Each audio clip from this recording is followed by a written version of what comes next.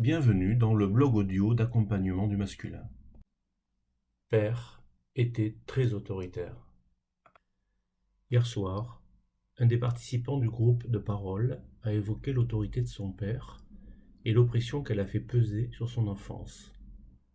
La presque moitié des hommes du groupe a témoigné d'un sentiment similaire. Le combat ne se déroulait pas à armes égales et très peu ont trouvé les ressources de s'y confronter. Tous ont plus ou moins adopté la même stratégie, faire le dos rond en attendant que la fuite soit possible. La véritable autorité n'est pas genrée, elle émane aussi bien d'une femme que d'un homme. Pourtant, l'inconscient collectif en fait plutôt un attribut masculin.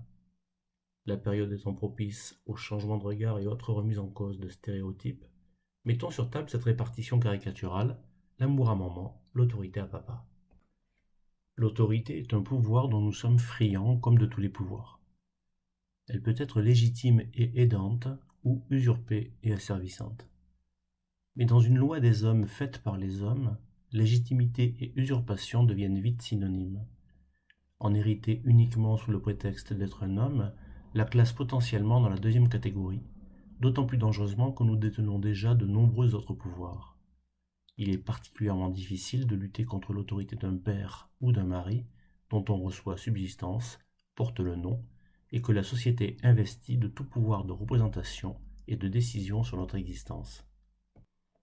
Une autorité bienveillante ne peut s'attribuer, elle se mérite par l'acquisition d'un minimum de conscience.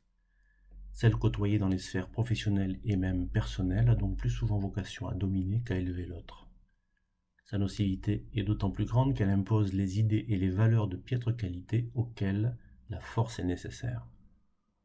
Dans la famille, beaucoup de difficultés relationnelles apparaissent à l'adolescence, avec le début de conscience par l'enfant de son pouvoir personnel.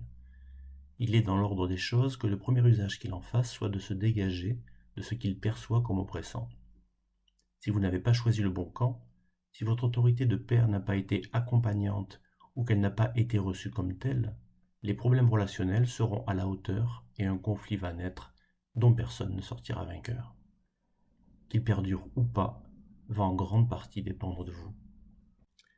Si vous vous obstinez ou accentuez la pression, votre enfant peut ployer, mais le manque de confiance dans sa valeur va lourdement handicaper sa vie et vous allez perdre la relation privilégiée que vous rêvez d'avoir avec lui.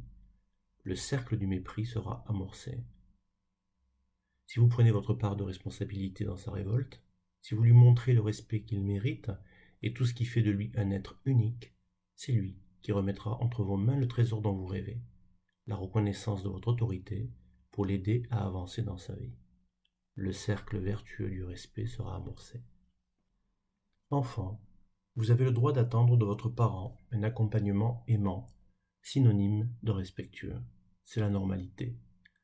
Si ce n'est pas le cas, dès que votre discernement le permet, dès que vous en avez la possibilité et le courage, prenez soin de vous et si nécessaire, protégez-vous.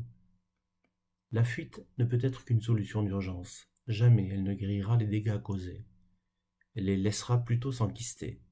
Pour devenir un adulte, vous devrez impérativement vous confronter, vous réapproprier le pouvoir et la reconnaissance dont on vous a privé. Sans eux, les séquelles seront innombrables dans tous les compartiments de votre vie. Parents, vous n'avez aucun droit sur vos enfants, uniquement des devoirs. Comme le dit le poète, nos enfants ne sont pas nos enfants. Ils sont les fils et les filles de l'appel de la vie à elle-même. Ils viennent à travers vous, mais non de vous. Et bien qu'ils soient avec vous, ils ne vous appartiennent pas. Khalil Gibran.